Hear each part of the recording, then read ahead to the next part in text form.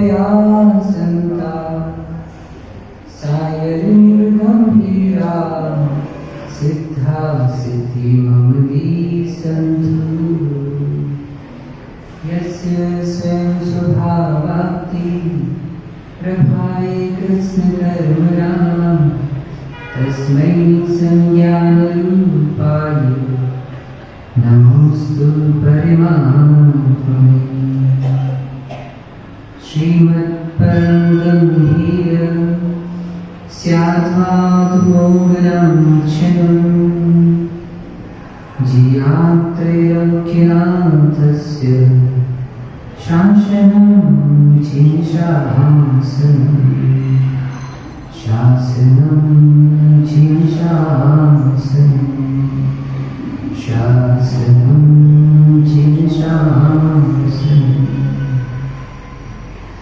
अनंतानंद परम सिद्ध भगवान की देवादिदेवी गजानन श्री महावीर भगवान की परम पूज्य अध्यात्म उपदेष्टा आचार्य श्री पूज्यपाद स्वामी की परम पूज्य अध्यात्म योगी जय शिरोमणि आचार्य गुरुदेव विशुद्ध सागर जी महाराज की श्रमण मुनि श्री श्रेयस सागर जी महाराज की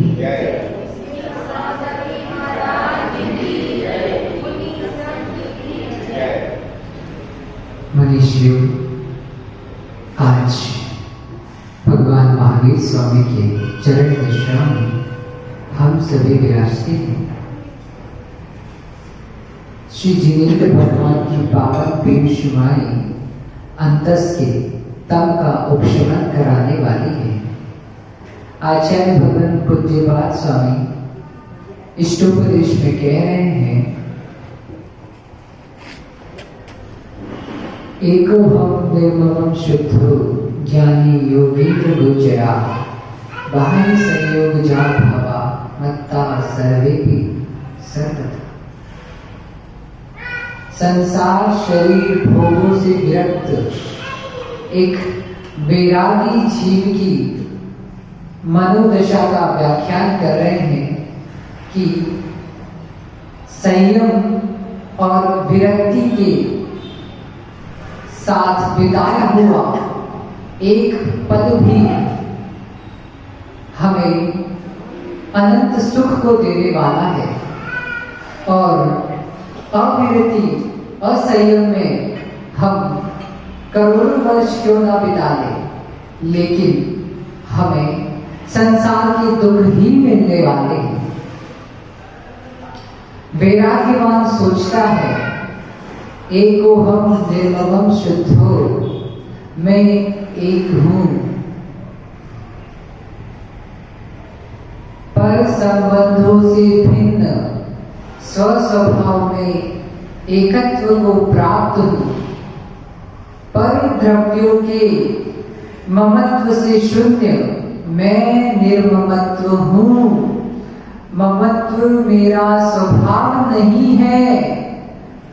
निज आत्मा का कल्याण करना ही वैरागी का लक्षण होता है।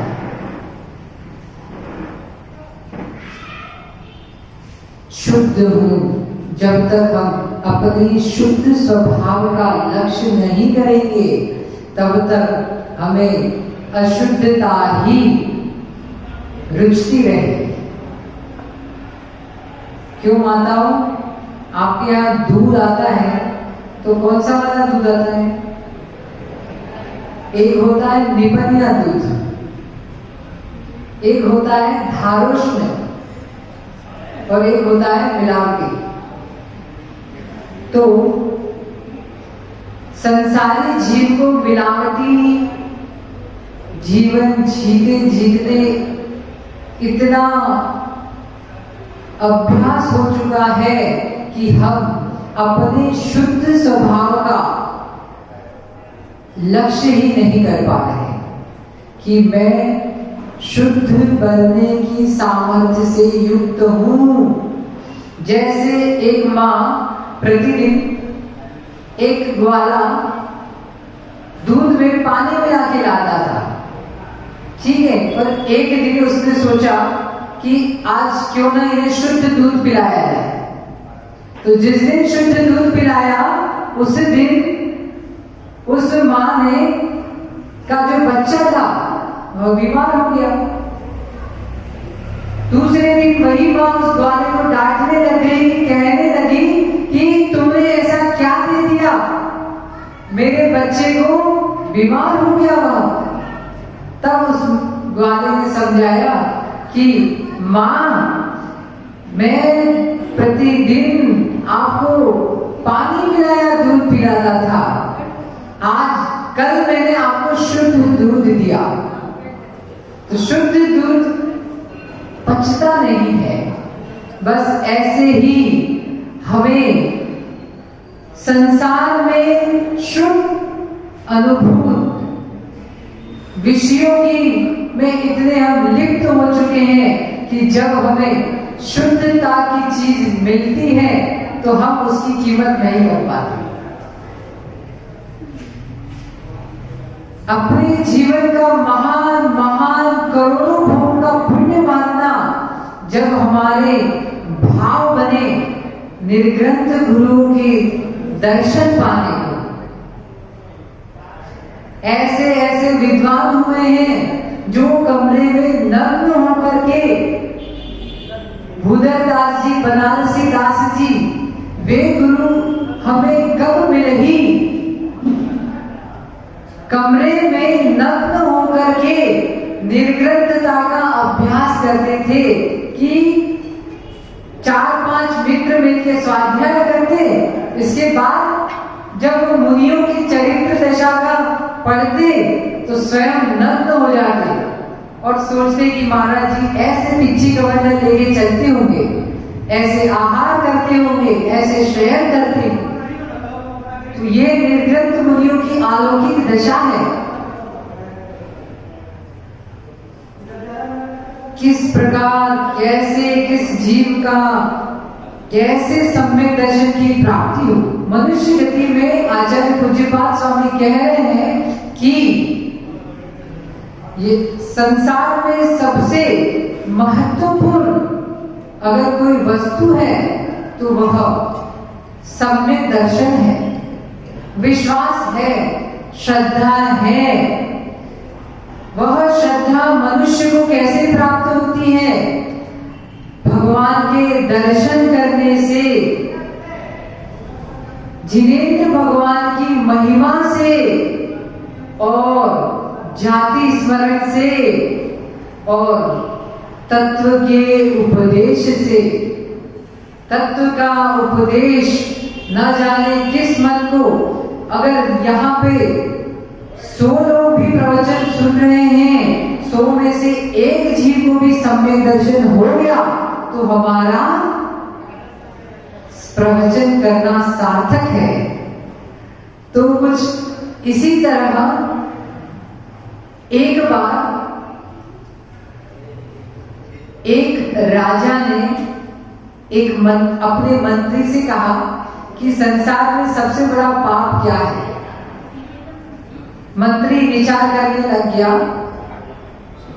राजा ने उसकी मनस्थिति पढ़ ली और उसे कहा कि नियत समय में 6 महीने के अंदर तुमने इसका प्रश्न का उत्तर नहीं दिया तो मैं तुम्हें दंड दूंगा।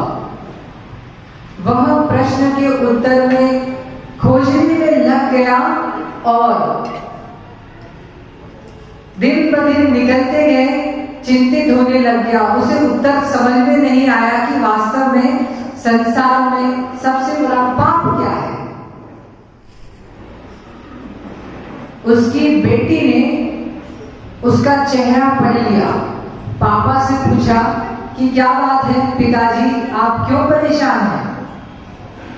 उसने बताया कि राजा ने मुझे कहा है एक प्रश्न का उत्तर ढूंढने का कि संसार में सबसे बड़ा पाप क्या है। उसकी बेटी बहुत समझदार थी। बेटियां समझदार होती है और जो बेटियां समझदार होती है वह एक कुल का नहीं, दो कुलों का नाम रोशन करती है। तो उस बेटी ने क्या किया, अपनी मां को नानी के यहाँ भेज दिया। कहाँ भेज दिया? नानी के यहाँ भेज दिया कि आप माँ एक काम करो, नानी के वहां रहना, नानी के वहां सबको जाने में अच्छा लगता है। कहते हैं ना, बच्चों को बिगड़ना है तो नानी के पास भेज दो।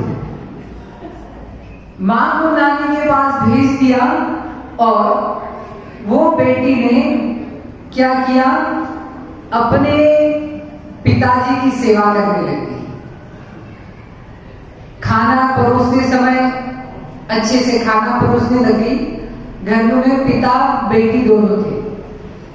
परोस और कहीं वो राजा के पास जाते तो जरूरी कागजात आदि जो थे वह देने लग गई, सेवा पैर दबाने लग गई।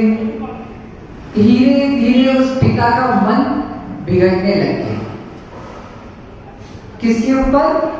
पुत्री के ऊपर। वह प्रतिदिन उसकी सेवा करती और एक दिन उस मंत्री ने पुत्री को कह दिया कि बेटा तुम ज्यादा सेवा मत करो, मेरा मन बिगड़ रहा है आप पर। तो राजा ने, वो जो बेटी थी उसने बोला कि आपके प्रश्न का उत्तर मिल चुका है। राजा ने क्या प्रश्न किया था मंत्री से कि संसार का सबसे बड़ा पाप क्या है, आप इसका उत्तर ढूंढ के लाओ, अन्यथा आपको दंड मिलेगा।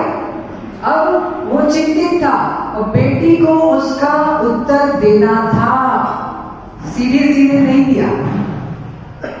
उसने ऐसी स्थितियां बनाई और उसे बताया कि पिताजी, संसार में सबसे बड़ा पाप है एकांत में स्त्री और पुरुष का मिलना।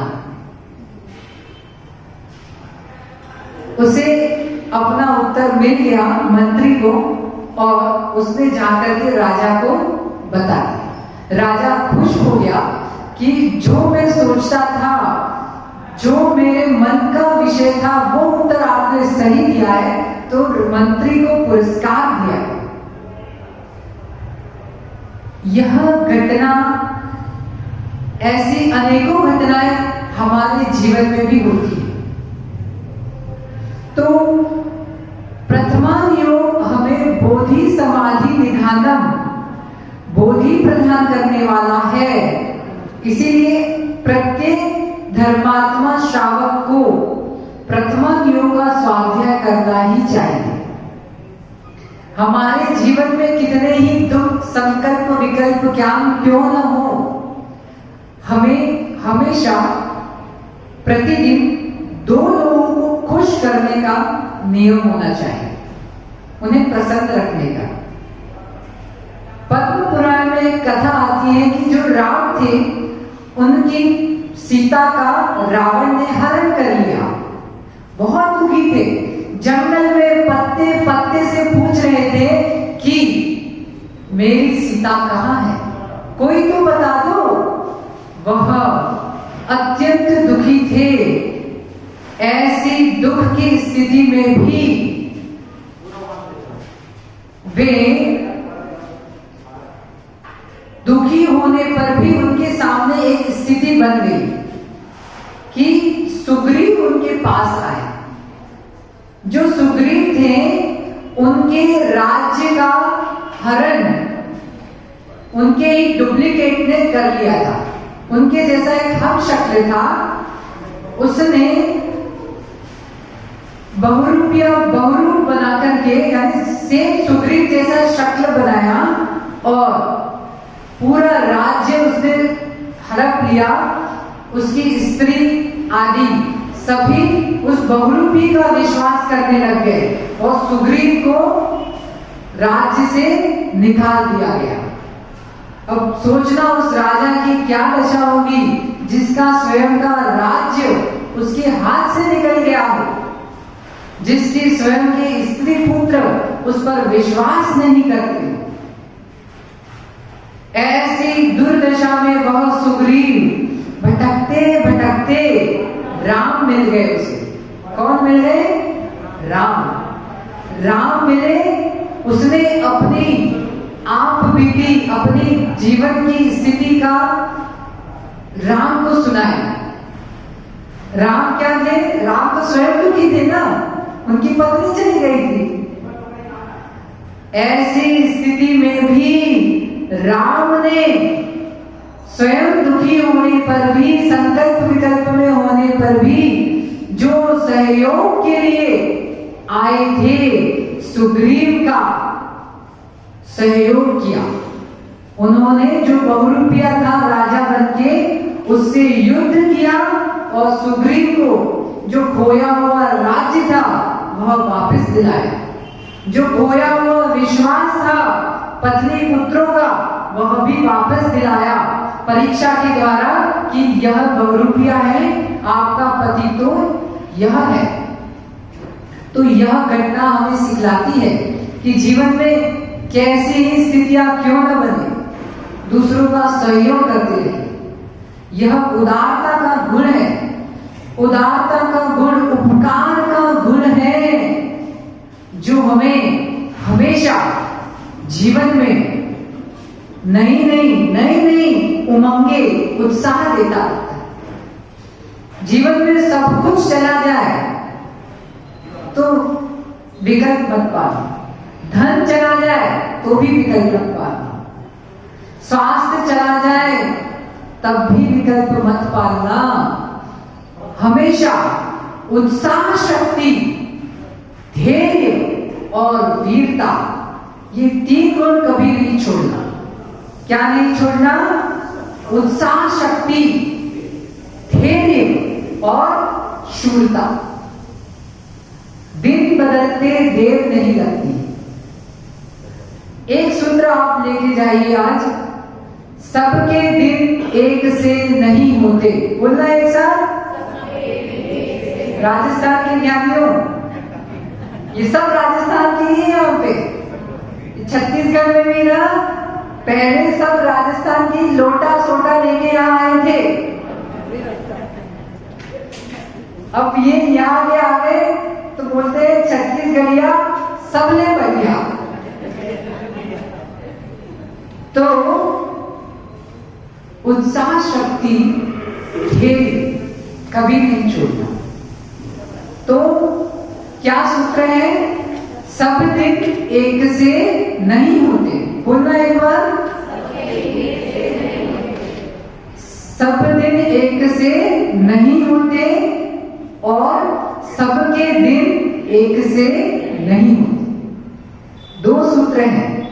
एक तो सारे दिन हैं, एक जैसे नहीं होते, बदलते रहते हैं। और दूसरा, सबके दिन एक से नहीं होते। तो हम सभी देव शास्त्र गुरु की सन्निधि में उत्कृष्ट धर्म का पालन करें और अपने जीवन को निरंतर खुशहाली और समृद्ध से बनाए रखें। इसी भावना के साथ भगवान महावीर स्वामी की, आचार्य गुरु विशुद्ध सागर जी महाराज की,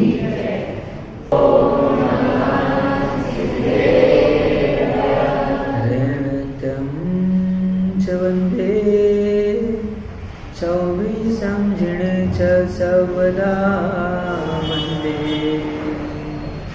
पंचगुरूणा वंदे चारण चरणं सदा वंदे चारण चरणं सदा वंदे विजितमदनकेतुं निर्मलं निर्विकारम् रहित सकल संगम संयमा सत्यचित्तम सुनय निपुण भावं ज्ञात तत्व प्रपंचम जनन मरण गीतम सद्गुरु नौमि नित्यं जनन मरण गीतम मम गुरु नौमि नित्यं जनन मरण गीतम्। मम गुरु नाम नित्यम। जबले अंतगत परम सिद्ध भगवान की वर्तमान शासन नायक मूल नायक महावीर भगवान की परम पूज्य आचार्य भगवान कुंद कुंद स्वामी की परम पूज्य तिरुवल्लाचार्य स्वामी जी महाराज की परम पूज्य आचार्य भगवान विशुद्ध सागर जी महाराज की 3 कम 9 करोड़ मेराजों की अहिंसामय विश्व जैन धर्म की जिनवाणी माता की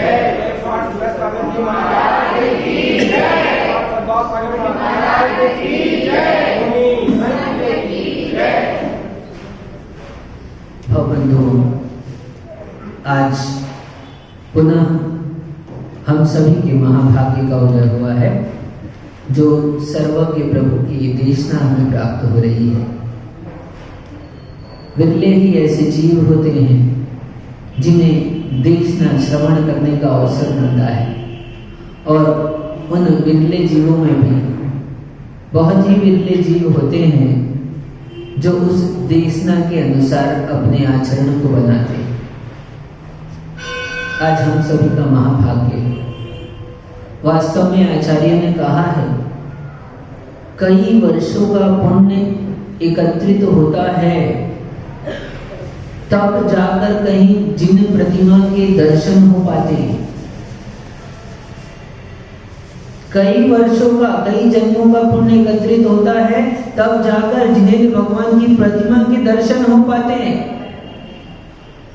और उस पुण्य में भी महापुण्य तब समझना जब जिन बिंब के दर्शन के साथ आत्मदर्शन हो पाता है, क्योंकि बिना जिनेंद्र का दर्शन किए आत्मदर्शन नहीं हो सकता। जिन बिंब हमारे को निज बिंब का दर्शन कराते हैं, इसलिए कहा है भगवान का दर्शन सम्यक दर्शन का कारण होता है। मनुष्य पर्याय में सम्यक दर्शन के कारणों में एक जिन बिंब दर्शन कारण कहा गया, क्योंकि भगवान के दर्शन से ही निज स्वरूप का बोध होता है अरविंद, और निज स्वरूप का बोध होता है जीव को तभी उसका मोक्ष मार्ग प्रारंभ होता है। उसके पूर्व में उसका मोक्ष मार्ग प्रारंभ नहीं होता। हम लगातार जिनवाणी के श्रवण से कुछ जीवन में नया सीखने की कोशिश कर रहे हैं, अपने जीवन को उन्नत बनाने की प्रयत्न में लगे हैं। और कल कथा के माध्यम से अपने को जानने को मिला कि जीवन में बहुत सारी विपत्तियां आ सकती है। मनीष भाई, विपत्तियां जीवन में बहुत सारी आ सकती है और आती है। भले ही थोड़ा बहुत जीवन निकला हो, लेकिन जितना भी जीवन निकला है उसमें बहुत सारे अनुभव तुम्हारे पास में। ऋषभ भी, आप अपने ही अनुभव को स्मरण में लाएं तो आप पाएंगे कि सारी की सारी विपत्तियां हमारी उन्नति में कारण बन जाती है। विपत्तियां हमारी उन्नति में कारण बन जाती हैं, लेकिन एक शर्त है। विपत्तियां तो सबके जीवन में आती है और विपत्तियां उन्नति में कारण बन जाती है। आप कह रहे महाराज लेकिन बहुत सारी विपत्तियां तो हम देखते हैं लोग दुखी होकर संसार में रुल जाते हैं, कष्ट अनुभव करते हैं, पीड़ित होते हैं डॉक्टर साहब, और आप कह रहे हैं विपत्तियां उन्नति के कारण बन जाती है। तो इन रामगढ़ वालों से पूछो, क्या ये भी यात्रा करके अभी अभी आए हैं? ऋषभ, तुम भी यात्रा करके आए हो अभी? तो यात्रा में परेशानी ना हो, यात्रा में परेशानी ना हो ऐसा संभव है? कहा जाता है अरविंद में कहा जाता है कि यदि यात्रा के कष्टों से बचना चाहते हो, यदि यात्रा के कष्टों से बचना चाहते हो तो एक ही उपाय है। क्या उपाय है मित्रों? बताओ क्या उपाय है? यात्रा के कष्टों से बचने का एक ही उपाय है, यात्रा मत करो। क्या? यात्रा मत करो। ये हमारी यात्रा तो समझ में आती है कि यात्रा के कष्ट से बचना है तो यात्रा मत करो। ये यात्रा से तो बच जाएंगे आप, ठीक? और हो सकता है फिर आपको कष्ट ना हो, यात्रा का तो कष्ट नहीं होगा, लेकिन जीवन की यात्रा से कैसे बचोगे? क्या? जीवन की यात्रा से कैसे बचोगे? कोई सोचे कि आत्महत्या कर ले तो आत्महत्या कर सकता है व्यक्ति, लेकिन जीवन की यात्रा फिर भी चालू रहती है। वो यात्रा तो पूरी हो सकती है, वो यात्रा तो समाप्त हो सकती है। तीर्थ क्षेत्र करने आए हो, महाराज के दर्शन करने आए हो, या कहीं अन्यत्र जा रहे हो किसी संबंधी रिश्तेदार के यहाँ अध्यक्ष जी, तो वो वहां को काम पूरा करके आप यात्रा को पूरी कर सकते हो सुरेश भैया। लेकिन जीवन की यात्रा, तो उस यात्रा से बचने के लिए तो आपके उस यात्रा से कष्ट ना हो तो आपके पास उपाय क्या है कि यात्रा मत करो, आप बच जाओगे। लेकिन अब बताओ कि जीवन की यात्रा में जो कष्ट आते हैं, अब तुम सोचो कि जीवन की यात्रा के कष्टों से कैसे बचे। इस यात्रा में उपाय दूसरा है।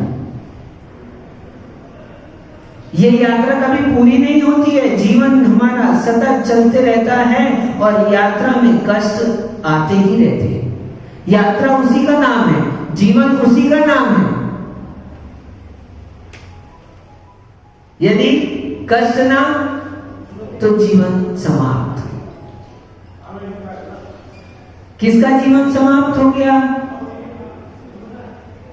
उन सिद्धों का, यानी जन्म नहीं लेंगे अब, इसलिए जन्म समाप्त, जन्म से बच चुके हो। जन्म से भी बच गए और मरण से भी बच गए।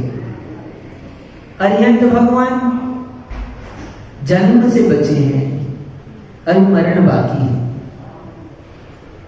उनका भी मरण होता है, उनका मरण बाकी है अरिहंतों का, लेकिन एकमात्र अंतिम मरण जिसको हम निर्वाण कहते हैं वो बाकी है। वो हो जाने पर आपकी कष्ट समाप्त हो जाते हैं, लेकिन निर्वाण के पहले, अरिहंत अवस्था के पहले जीवन में कष्ट आते ही रहते हैं। ये तो कहा जाता है, रहट देखी, रहट ये राजस्थान के लोगों ने देखी होगी। रहट जानते हैं? ऋषभ, आजकल तो मोटर का जमाना आ गया है तुम्हारे यहाँ, लेकिन पहले रहट चलती थी। बाल्टियां बंधी रहती है, देखो आप, चक्री रहती है, उस चक्रिया में बाल्टी बंधी रहती है, और क्या होता है संजय भी, क्या होता है? इधर या तो बैल बंधा होता है, बैल से घूमती है, और बैल नहीं तो व्यक्ति हाथ से चलाता है, हाथ से घुमाता है, या रस्से से घूमते हुए देखा होगा। तो जब रहट घूमती है तो एक बाल्टी भरती है, और बाल्टी जैसे ही भरती है फिर आगे बढ़ते हैं थोड़ा, तो उस रहट का चक्र जब घूमता है, उसकी यात्रा जब चलती है, तो जैसे ही वो एक बाल्टी खाली होती है, तुम देखकर प्रसन्न भी हो सकते हो, देखकर दुखी भी हो सकते हो। क्या? बाल्टी खाली हो रही है, तो तुम दुखी हो सकते हो कि अरे खाली हो रही है, को व्यापक करने की जरूरत है। अपनी दृष्टि थोड़ी व्यापक करो। जिस रहट पर बाल्टी बनी है, जो खाली हो रही है, उसी रहट पर देखो दूसरी छोर पर एक बाल्टी और बनी है, और जहां बाल्टी खाली हो रही है उसके दूसरे छोर पर देखो बाल्टी भर भी रही है। जो खाली होते देखता है तो सुखी भी हो सकता है कि खेत में डालने के लिए पानी भर रहा है, तो सुखी भी महसूस कर सकता है। दोनों काम हो सकते हैं। उस खाली होते हुई बाल्टी को देखकर दुखी भी हो सकते हो, और उस खाली होती हुई बाल्टी को देखकर सुखी भी हो सकते हो। यदि सुखी हो रहे हो तो भी अभी ठहरो, फूलो मत। हम लोग सुख में भूल जाते हैं। जो कोई भी सुख में फूलता है उसको नियम से दुख आने पर भूलना पड़ता है। जो कोई भी सुख में फूलता है उसको दुख आने पर नियम से भूलना पड़ता है। इसलिए आचार्य भगवान कहते हैं दृष्टि को व्यापक करो। जब तक दृष्टि को व्यापक नहीं करोगे तब तक सुखी और दुखी होते रहोगे। दृष्टि व्यापक हो जाएगी तो जिस समय आपको सुख मालूम होगा, सुख आता दिखाई देगा, उस समय दृष्टि को व्यापक करने से दूसरे छोर पर आपको दुख भी दिखाई देगा, तो आप मध्यस्थ हो जाओगे, शांत हो जाओगे, साम्य भाव को प्राप्त हो जाओगे। और ये साम्य भाव ही तुम्हारे को उत्कर्ष प्रदान करेगा, क्योंकि राग और द्वेष संसार का कारण है और साम्य भाव मुक्ति का कारण है। हम आज तक संसार में भटक रहे हैं तो साम्य भाव को प्राप्त नहीं करने की वजह से ही भटक रहे हैं। जब भी हमारे जीवन में सुख के क्षण आए तो मनीष आनंदित हो गए हम। हाँ, हमारा अरविंद खिल गया। नियोग है, देखो जसपुर नगर का नियोग देखो, जो कार्य हो रहा है अनुपम अद्वितीय वीरूबिया सिद्ध चक्र महामंडल विधान, और उसके प्रतिष्ठाचार्य मिले भी तो कौन मिले आपको? अरविंद। नाम ही अरविंद है। अरविंद का मतलब कमल, और कमल ही नहीं, खिला हुआ कमल। जैसे खिला हुआ कमल किसका? प्रसन्नता का सूचक है, ऐसे ही ये सिद्ध चक्र विधान हमारे भीतर उत्पन्न होने वाली प्रसन्नता का सूचक है। अरविंद भगवान की भक्ति, गुरुओं की आराधना, गुरुओं की सेवा विरले जीवों को प्राप्त होती है। और ऋषभ भैया, भगवान की भक्ति तो प्राप्त हो भी जाए, लेकिन वीरू भैया उस भगवान की भक्ति के साथ साथ गुरुओं का सानिध्य। इन भिलाई वालों से पूछो, ये रोज अभिषेक करते, रोज कलश करते हैं, लेकिन इन 4 महीनों में जो कलश अभिषेक करने में, पूजन करने में आनंद आ रहा है, वो आनंद पहले आता था क्या? भगवान वही के वही हैं। जिस कुएं से जल भरते हो वो कुआं वही है, जल भी वही है, लेकिन आनंद में अंतर आ गया। क्यों आया अंतर? ये बोल रहे हैं हमको 8 माताओं का सानिध्य मिल गया है, और उस सानिध्य के कारण से आनंद आ रहा है। ऐसे ही आपको सानिध्य मिल गया, लेकिन उस सानिध्य से भी बढ़कर एक बात और बताता हूं मैं आज। विशेष बात क्या है? हो सकता है आपको सिद्ध चक्र विधान जसपुर में अध्यक्ष जी पुनः कराने को मिल जाए, और मनीष भाई इतना भी संभव है कि फिर से इनको हो सकता है सानिध्य मिल जाए मुनिराज का। मिलना ही चाहिए। हम तो भावना पाते हैं कि आपको हर साल मुनिराज का सानिध्य मिले, क्योंकि साधुओं के सानिध्य से एक अलग धर्म की प्रभाव अलग रहता है। धर्म की गंगा उत्साह के साथ बहती है। लेकिन मैं कह रहा था इससे भी और विशेष बात, अभी अभी अध्यक्ष जी ने जैसे माइक में सूचना दी तो मैं सोच में पड़ गया। देखो नियोग, परसों से विधान चालू होने वाला है और विधान के पूर्व महाराज का दीक्षा दिवस, ये मिल सकता है क्या? ये संयोग है, ये संयोग है। और शुरुआत भी दीक्षा दिवस से,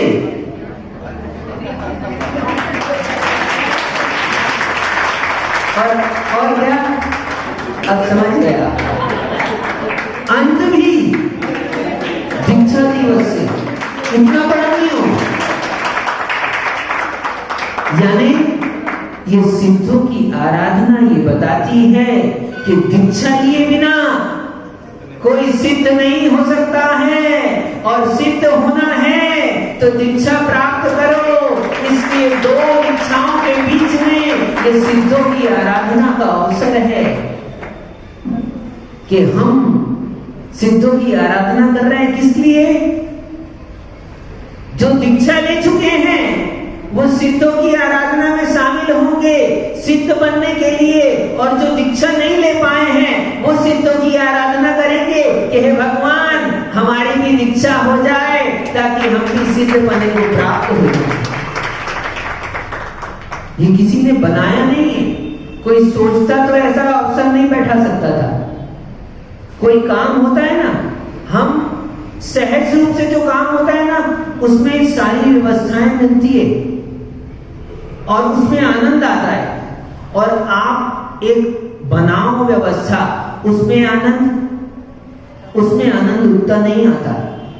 क्या ऋषभ, मान लो तुम आज पड़गाहन के लिए खड़े हुए और माता जी सामने आकर खड़े हो जाए तुम्हारे, तो आनंद आएगा कि नहीं आएगा? आएगा, खूब आएगा आनंद। और महाराज आ जाए तो और ज्यादा आ जाएगा, और आचार्य आ जाए तो बहुत आ जाएगा आनंद। हाँ, ये तो आप पड़गाहन के लिए खड़े हुए हो, लेकिन एक सहज नहीं हो। यूं तो शुद्ध भोजन करते हैं आप, 10 लक्षण के पर्व में मान लो तुम शुद्ध भोजन कर रहे हो और तुमको अचानक से पता चला कि आज महाराज की विधि नहीं मिल रही है, महाराज परिक्रमा लगा रहे हैं, और तुम अचानक से जाकर खड़े हो जाओ। ऋषभ, तुम खड़े हो जाओ पड़गाहन के लिए, और महाराज का 3 चक्कर हो चुका है, पूरे गांव में घूम चुके हैं, विधि नहीं मिल रही महाराज की। एक बार की घटना है, आचार्य श्री के साथ में ऐसा हुआ।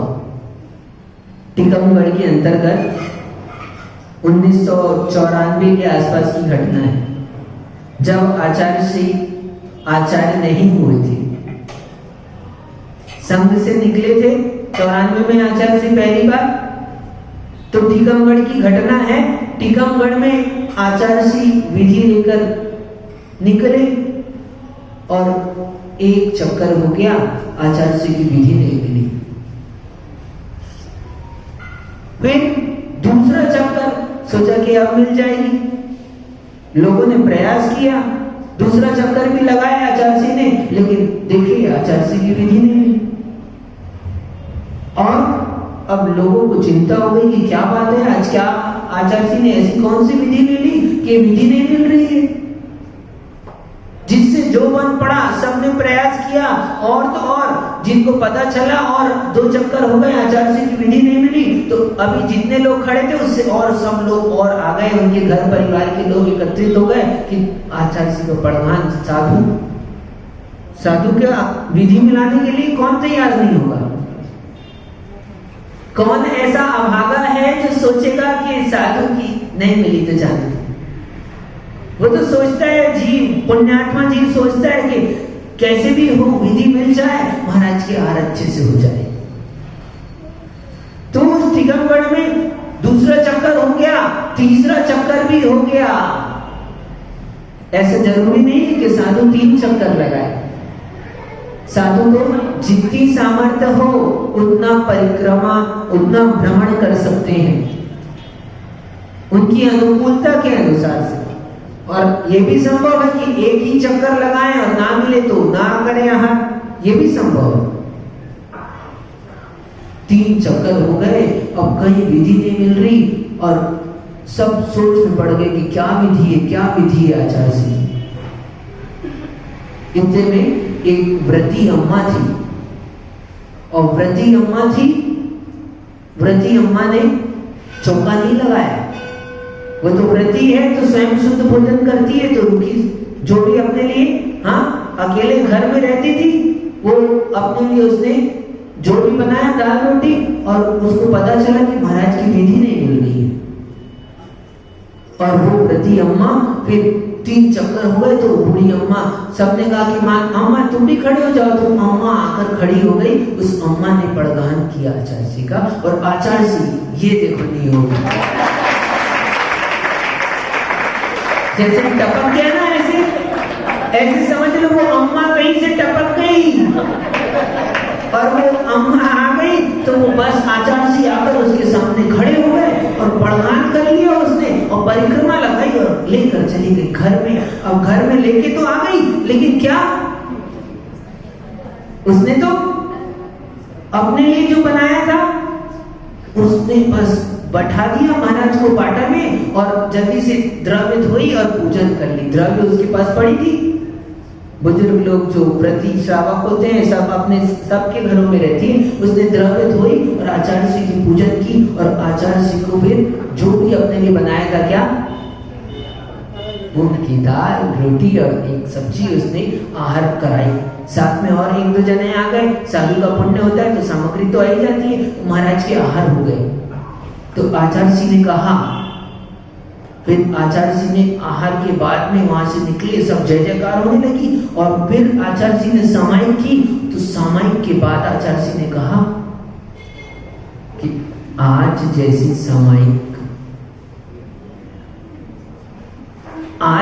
सामायिक अभी तक नहीं हो पाई। हम क्यों ऐसा हुआ?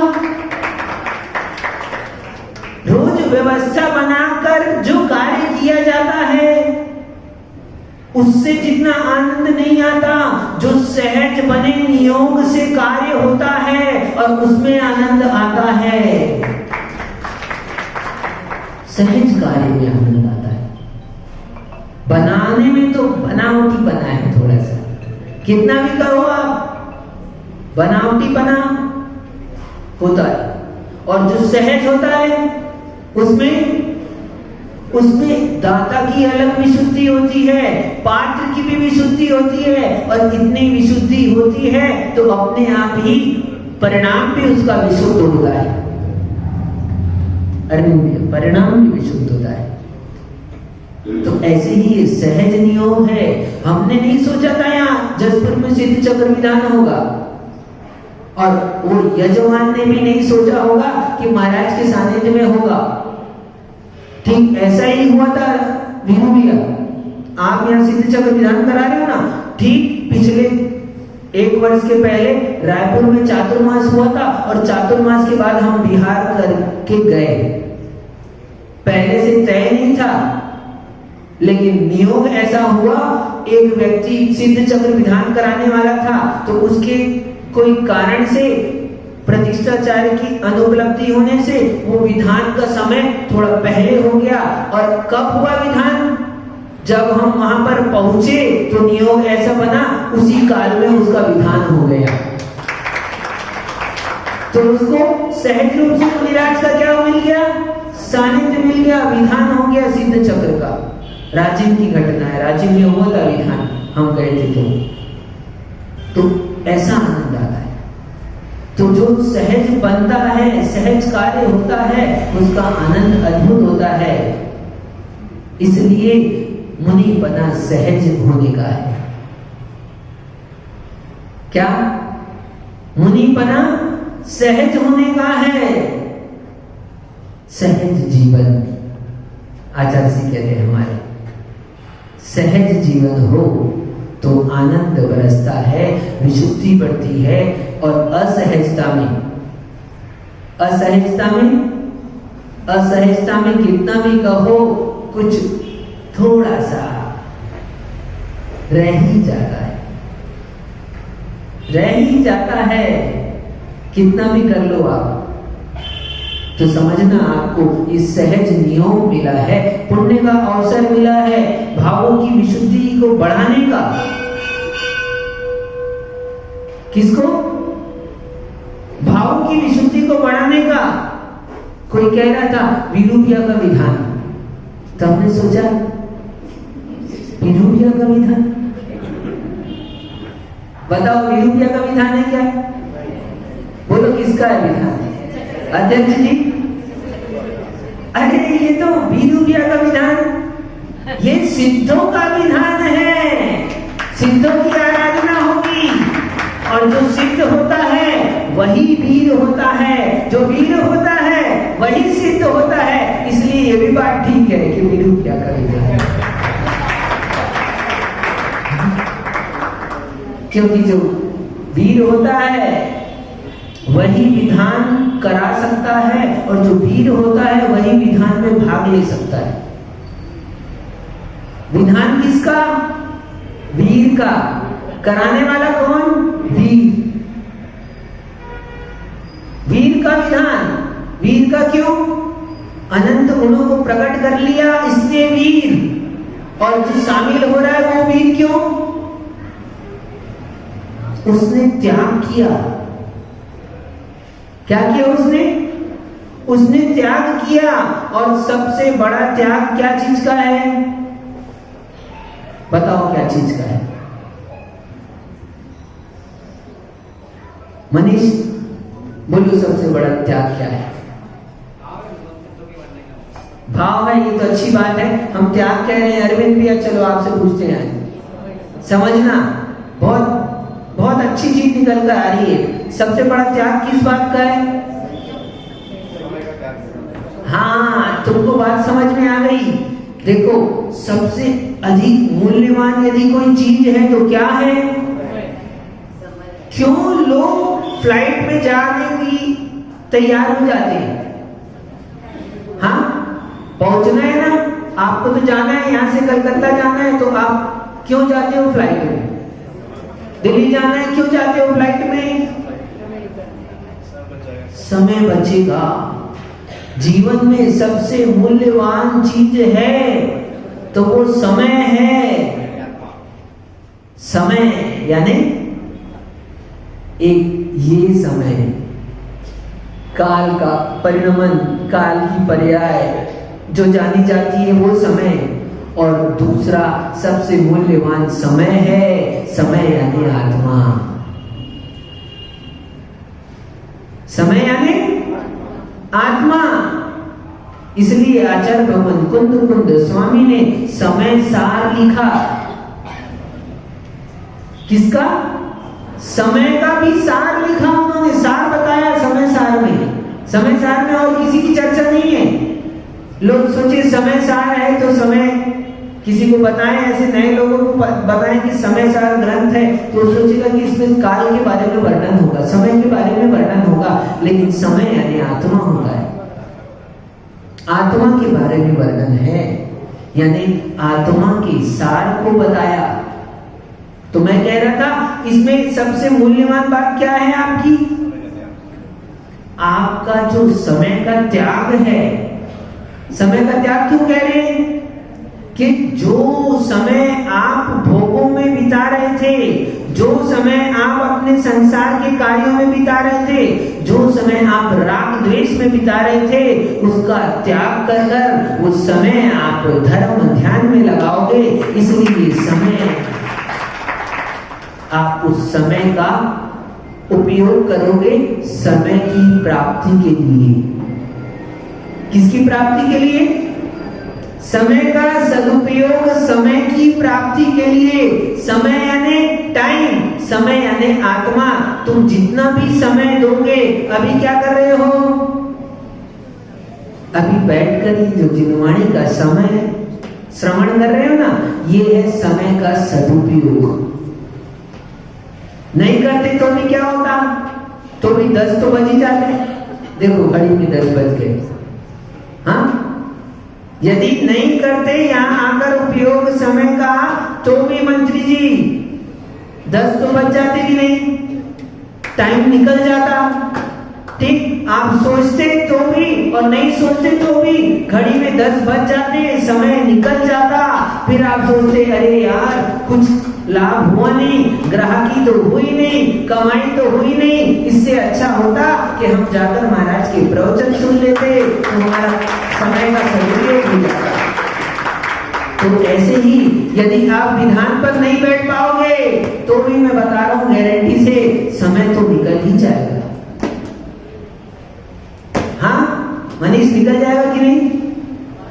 आप बैठोगे तो भी समय निकल जाएगा, नहीं बैठोगे तो भी समय निकल जाएगा, लेकिन बस अंतर इतना सा है। क्या? केवल अंतर इतना सा है। जवाब दोगे ना जाकर? कहां? घर जाकर नहीं कह रहा हूं। अरे तुम मनुष्य पर्याय तुमने प्राप्त की है और यहाँ से मर कर जाओगे तो यूं तो कोई पूछता नहीं है, लेकिन कहा जाता है ऊपर वाला भी पूछेगा तुमने मनुष्य बनकर क्या किया। धर्म ध्यान करो तो भी समय निकल जाता है, और धर्म ध्यान नहीं करो, पूजन पाठ अभिषेक भक्ति नहीं करो, गुरुओं का सानिध्य नहीं प्राप्त करो, तो भी ऋषभ भाई समय, कितने ही जीवों का पूरा जीवन निकल चुका है। 50-50 60-60 वर्ष की उम्र निकल गई है। हम लोग अभी सम्मित शिखर में थे तो एक व्यक्ति ने आहार दिया, उसने आहार दिया, आहार देने के बाद पे आंसू आ गए। मैं सोच में पड़ गया। आहार के बाद लौटा तो मैंने पूछा बाबा जी से कि बाबा जी आप आहार के बाद क्यों रो पड़े? बोले महाराज, क्या कहा उसने? उसने कहा महाराज, कितने वर्ष का था? लगभग 64 वर्ष का था वो। उसने कहा महाराज 64 वर्ष निकल गए, मैंने आज पहली बार आहार दिया।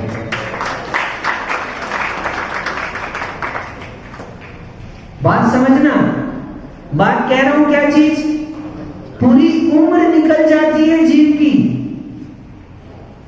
अजैन था ऐसी बात नहीं कह रहा हूं, जैनी व्यक्ति, लेकिन नियम, कभी नियम संयोग नहीं बना उसको, ऐसा बना भी हो तो उसके भाव नहीं हुए, और हो सकता है भाव भी हो तो अवसर नहीं मिला हो, क्योंकि सब चीज मिल जाना। क्या याद करो, वो बूढ़ी अम्मा, आचार्य श्री और वो आहार, ये नियोग, तो ऐसा ये नियोग सब कुछ मिल जाना। सोचो, अभी हमारे भावों की विशुद्धि है, अभी परिणामों में निर्मलता है, अभी ऐसा नियोग देखो, भावों की विशुद्धि के साथ ये सिद्धों की आराधना, महाराज का सानिध्य, सब नियोग है। और इस नियोग से भी यदि तुम चूक गए तो ऊपर वाला पूछेगा ना, मनुष्य बनकर क्या किया?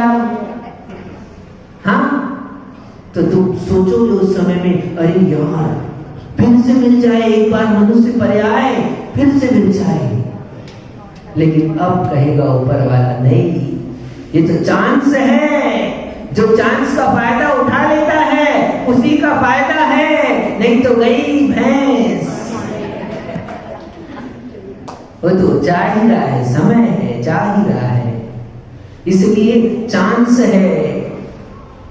वीरू भैया, ये मत सोचना कि कौन बैठेगा कौन नहीं बैठेगा, आप तो किसी से मत कहो, ये देखो सहज।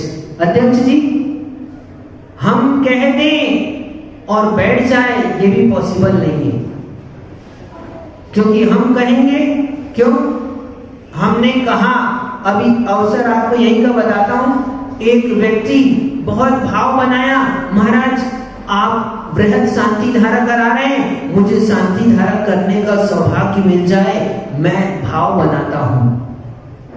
मैंने कहा ठीक है, अच्छी बात है, देखते हैं। मैंने कहा आशीर्वाद।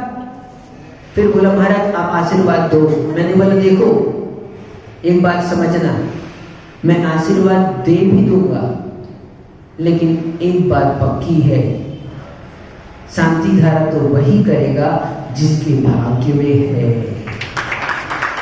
क्या?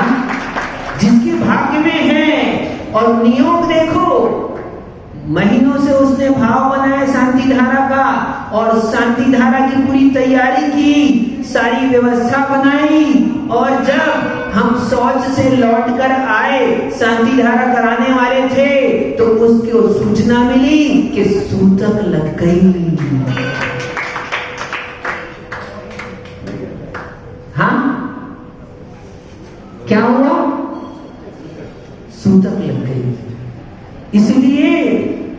इसलिए जिस समय में मौका मिलता हो, हाँ, आप करने के योग्य हैं, पात्र हैं, आपकी भावों की विशुद्धि है, सब कुछ सहज मिल रहा है, और इस सहज मिले हुए नियोग से भी हम चूक जाएं, तो हो सकता है अगली बार शांति धारा भी हो सकता है अगली बार सिद्ध चक्र विधान भी हो सकता है अगली बार महाराज का दीक्षा दिवस भी मिल जाए, हो सकता है महाराज भी मिल जाए, लेकिन हो सकता है आपको सूतक लग जाए। तो ये देखो बच गई घंटी, है ना? तो ऐसा होता है। इसलिए ऐसा नियोग मिलने पर, ऐसे पुण्य का अवसर मिलने पर अपने को झुकना नहीं चाहिए, अपने को झुकना नहीं चाहिए। क्या पता कब क्या हो जाए, क्या पता कब क्या हो जाए। इसलिए पुण्य के काम में, क्योंकि जीवन में यदि कुछ सार है तो समय का सार यही सार है। हमारे समय पूरा जीवन का समय है ना, पूरे जीवन के समय में उस समय का यदि कुछ सार है तो अरविंद भैया, मन का अरविंद खिला हुआ हो और प्रभु की मूर्त सामने हो, भक्ति के भाव हो, तो समझना वो समय का सार है और बाकी सब बेकार है, बाकी सब बेकार है। पैसा रोज कमा लोगे और हो सकता है इससे ज्यादा कमा लोगे। 365 दिन यही काम करना रहता है अपने को, दुकान खोलना है, दुकान बंद करना है, दुकान खोलना है और बंद करना है शाम को।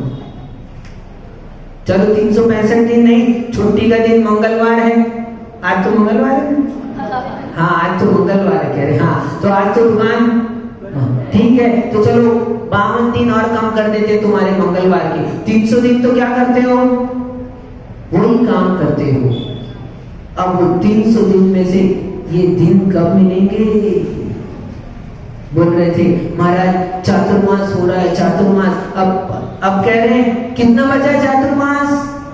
क्यों मनीष, हाँ तुम तो चातुर्मास के मुखिया हो, माता जी के चातुर्मास के, है ना? तो कैसा लग रहा है? पहले लग रहा था कैसे होगा कैसे होगा, और अब मन क्या हो रहा है कि भगवान फिर समय और बढ़ जाए। तो ऐसा हमको समय निकल जाता है ना, तब समय की कीमत समझ में आती है। समय रहते हम क्या करते हैं? अभी तो बहुत दिन है, अभी तो बहुत टाइम है, अभी तो 10 दिन का विधान है, अपन ले लेंगे भाग कल, ले लेंगे परसों। ये चूक मत जाना। ये एक एक दिन जो है ना अपने आप में अलौकिक है, और एक दिन का आनंद सोचो आप दूसरे दिन में आ जाए तो वैसा आनंद नहीं आ सकता है, नहीं आ सकता। आप मेरे से मत पूछो, आप स्वयं अपने बीते हुए जीवन के अनुभव से पूछो। आप क्यों गज्जू गया? ये देखो लाल टी शर्ट पहना हुआ बालक कैसा मस्त घूम रहा है, देखो घूम रहा है ना, ठीक है। अब देखो आप भी ऐसा घूमते थे, अब वो कब आएगा समय जब आप ऐसे घूम पाओगे, बिंदास, निर्विकल्प, कोई चिंता नहीं है, टेंशन नहीं है, हाँ, कोई टेंशन नहीं है। महाराज लगे हैं अपने में, हम अपने में लगे हैं, है ना? कितना बिंदास जीवन है, समझ। कब आएगा आपका ऐसा जीवन? चाहोगे तो भी पुनः प्राप्त नहीं कर सकते, बिंदास ऐसा। देखो अभी भी, हाँ, कोई मत कर दो, कहो मत, देखो चलने दो, सब सहज चल रहा है, देखो उसको पता ही नहीं, खबर से बेखबर है वो, ऐसा आनंद। तो ये क्यों आया? ये सहज। आप चाहोगे पुनः मिल जाए, डॉक्टर साहब आपके पास होगी कोई दवा, दे देना इनको, हाँ, कि पुनः प्राप्त हो जाए। तो समय निकल गया, यानी गया, अब वो आप चाह कर नहीं प्राप्त, हाँ। नहीं तो संजय भाई सोचे अपने पास तो बहुत धन है, अपन तो सब खरीद सकते हैं, हाँ, क्यों खरीद सकते हो?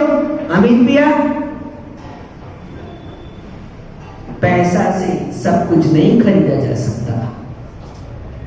आप लाखों रुपए खर्चा कर सकते हो, लेकिन वो परिणामों की विशुद्धि वो किसी बाजार में नहीं मिलती है। और वो सब तुम व्यवस्था भी बना लोगे विशुद्धि के, लेकिन सहज नियोग वो विशुद्धि और बनाई हुई व्यवस्था की विशुद्धि, इसमें जमीन आसमान का अंतर होता है, जमीन आसमान का अंतर होता है। इसलिए साकेत भाई सोचना नहीं, समय है, इस समय पर समय को समझ लिया तो समय की कीमत, और नहीं तो समय तो जा ही रहा है। जीवन की यात्रा है, कभी खत्म नहीं होती, हमने कही थी, आई बात समझ में? तुम चाहो तो भी खत्म नहीं हो सकती, यात्रा चलती रहती है, लेकिन जीवन की यात्रा से बचना है तो अब बताओ क्या है उपाय?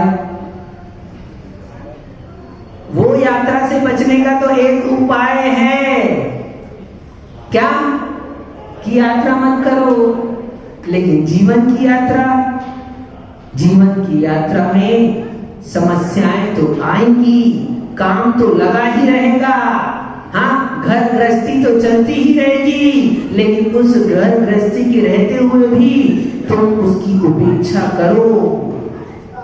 बस यही एक उपाय है। जीवन की यात्रा में जो विपत्ति हमारे सामने आती है, वो भी हमारे लिए उन्नति का कारण बन सकती है, यदि तुम उस विपत्ति की उपेक्षा करो तो। क्या आई बात समझ में? विपत्तियां जीवन में आती रहती है, और वो विपत्ति हमारे उत्कर्ष का कारण बनती है। इसलिए अरविंद भैया, आपके गुरुजी ऋषभ जी चले गए तो ये मत सोचना विपत्ति आ गई, ये विपत्ति ने आपको उत्कर्ष प्रदान किया है। अभी आप सह प्रतिष्ठाचार्य होते, अब आप मुख्य प्रतिष्ठाचार्य हो गए हो। इसलिए जो भी विपत्ति आती है वो हमारी उन्नति का कारण बनती है, उत्कर्ष का कारण बनती है। इसलिए विपत्ति से घबराओ मत, क्या करो? उपेक्षा कर दो। इसलिए सारे काम समय भाई जीवन में चलते रहेंगे, जीवन की यात्रा है, कभी अंत होने वाला नहीं। इसलिए समय पर समय को समझ लो, यही समय का सार है, बाकी सब बेकार है। जब वो अच्छा